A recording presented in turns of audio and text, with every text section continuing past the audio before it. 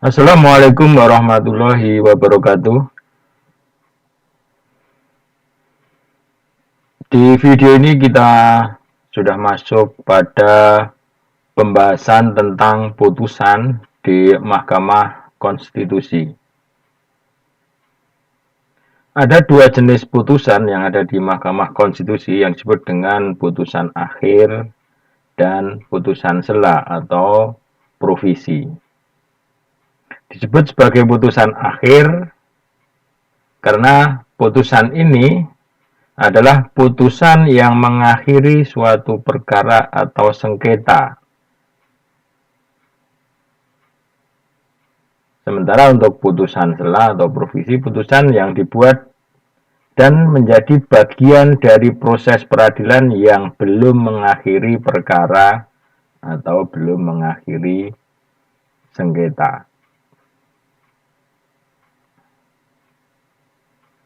Di dalam pemeriksaan perkara, selain pemeriksaan perkara di Mahkamah Konstitusi, itu mengenal adanya apa yang disebut dengan ultra petita,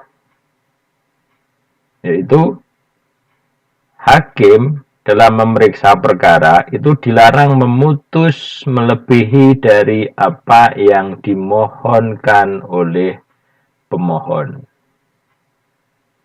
Sementara di Mahkamah Konstitusi itu ultra petita tidak dapat diterapkan karena di dalam kewenangan Mahkamah Konstitusi yang sudah kita ketahui bersama di pertemuan-pertemuan terdahulu, karakteristik perkara atau kewenangan Mahkamah Konstitusi itu karakteristiknya adalah bersifat umum untuk kepentingan umum. Jadi tidak mengenal atau tidak dapat diterapkan ultra petita dalam proses peradilan di Mahkamah Konstitusi.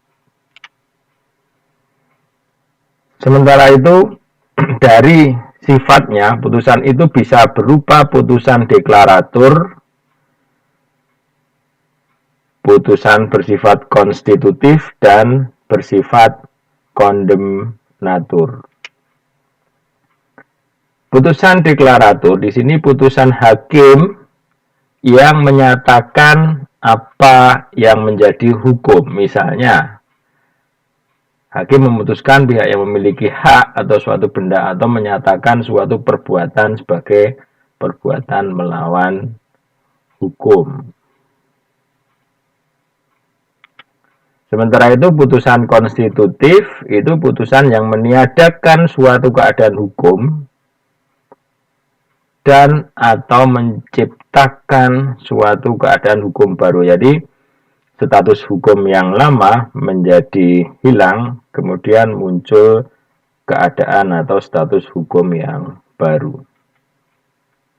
Sementara untuk kondemnatur di sini putusan yang berisi penghukuman ya, terhadap tergugat atau termohon untuk melakukan sesuatu. Misalkan menghukum membayar sejumlah uang, misalkan. Nah, ini sifatnya adalah putusan kondemnatur.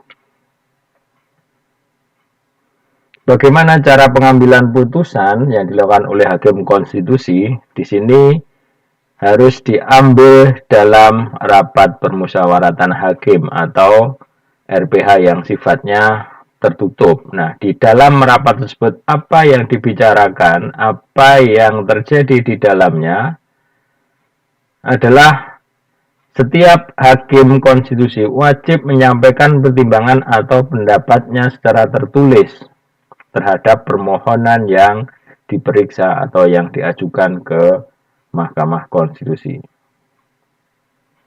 Dalam hal pengambilan keputusan harus diupayakan secara maksimal untuk diambil secara musyawarah mufakat. Apabila tidak tercapai mufakat, maka rapat permusyawaratan ditunda sampai rapat permusyawaratan hakim berikutnya. Apabila setelah ada penundaan tetapi tidak dicapai kata sepakat atau mufakat, maka baru diambil putusan tersebut berdasarkan suara terbanyak. Ketentuan mengenai RPH merupakan termasuk sidang pleno yang wajib diikuti oleh 9 hakim ya, atau sekurang-kurangnya 7 orang hakim. Karena sekurang-kurangnya 7 orang hakim, maka ada kemungkinan sidang pleno itu dilakukan oleh 8 orang hakim konstitusi. Dan ketika terjadi voting, dimungkinkan ada suara yang sama. Nah, yang paling menentukan adalah ketua sidang itu ada di suara yang mana. Apabila ternyata di dalam pengambilan putusan secara voting itu terjadi suara yang sama. Yang digunakan nanti adalah keputusan tergantung kepada keputusan atau suara dari ketua sidang. Karena dikatakan di sini suara ketua sidang yang menentukan putusan Mahkamah Konstitusi. Nah, ini adalah apa yang harus ada di dalam putusan. Ada kepala putusan yang berbunyi demi keadilan berdasarkan ketuhanan yang Maha Esa. Kemudian setelah itu ada identitas pihak, kemudian ringkasan permohonan yang diajukan. Berikutnya ada pertimbangan terhadap fakta yang terungkap di dalam persidangan. Kemudian baru pertimbangan hukum dan amar putusan. Nah, di dalam bagian akhir nanti ada hari tanggal putusan, kemudian nama hakim dan juga panitera yang menyidangkan perkara. Nah, di dalam rapat permusyawaratan hakim tadi juga bisa terjadi apa yang disebut dengan pendapat yang berbeda. Ada 2 jenis pendapat yang berbeda. Yang pertama disebut dengan dissenting opinion. Yang kedua adalah concurrent opinion atau disebut juga consenting opinion. Dissenting opinion di sini adalah apabila ada majelis atau salah satu atau beberapa hakim yang mempunyai pendapat berbeda dalam memutus perkara. Nah, pendapat berbeda ini dilihat dari sisi substansi yang mempengaruhi perbedaan amar putusan. Artinya, di satu pihak ada hakim yang menolak, kemudian ada yang berbeda pendapat bahwa permohonannya bisa dikabulkan. Nah, ini disebut dengan dissenting opinion. Jadi sisi substansinya itu mempengaruhi perbedaan amar putusan. Satu menolak, satu mengabulkan. Ini namanya dissenting opinion. Sementara untuk concurrent opinion di sini, amar putusannya itu sama, tetapi pendapat itu mungkin dengan pertimbangan yang berbeda. Jadi pendapat yang berbeda tadi tidak mempengaruhi amar putusan.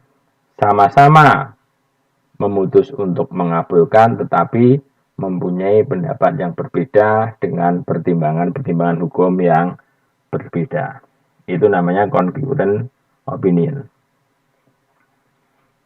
Kemudian dalam dissenting opinion ini atau pendapat yang berbeda ini, apakah itu dissenting ataukah concurrent, itu harus dituangkan dalam putusan. Dissenting opinion tidak mempengaruhi kekuatan hukum putusan MK. Artinya karena kan berarti tidak ada mufakat, musyawarah mufakat. Karena ada dissenting opinion, maka akan dilakukan voting. Nah, biasanya dissenting opinion di sini adalah pihak yang dalam pemungutan suara itu adalah pihak yang kalah yang digunakan, berarti nanti selain dari putusan dissenting opinion. Nah, sementara untuk concurrent opinion ini dapat dijadikan dalam pertimbangan hukum yang bisa memperkuat dari amar putusan. Kemudian dalam hal redaksi atau penempatan dissenting opinion ini ada beberapa kali perubahan. Yang pertama ditempatkan pada bagian pertimbangan hukum. Setelah pertimbangan hukum mayoritas baru diikuti dengan amar putusan. Sementara ini menimbulkan kebingungan mengenai apabila membaca putusan yang ada dissenting opinion yang ditempatkan di bagian pertimbangan hukum. Nah, ini maka dirubah posisinya, ditempatkan setelah amar putusan. Tetapi di terakhir ada perubahan lagi mengenai perbedaan pendapat ini dituangkan atau diletakkan setelah penutup dan tanda tangan hakim konstitusi. Tapi sebelum nama dan tanda tangan dari panitera pengganti yang membantu di dalam persidangan perkaranya. Kemudian tentang kekuatan hukum putusan Mahkamah Konstitusi. Nah, kekuatan hukumnya mempunyai kekuatan hukum yang tetap atau inkrah van gewisde sejak selesai diucapkan dalam sidang pleno. Jadi sifatnya adalah final, tidak ada upaya hukum, dan merupakan peradilan tingkat pertama dan terakhir. Kemudian setelah dibacakan putusan tersebut, MK wajib mengirimkan salinan putusan kepada pihak dalam jangka waktu 7 hari sejak putusan diucapkan.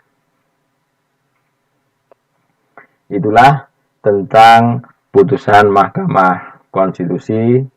Terima kasih. Wassalamualaikum warahmatullahi wabarakatuh.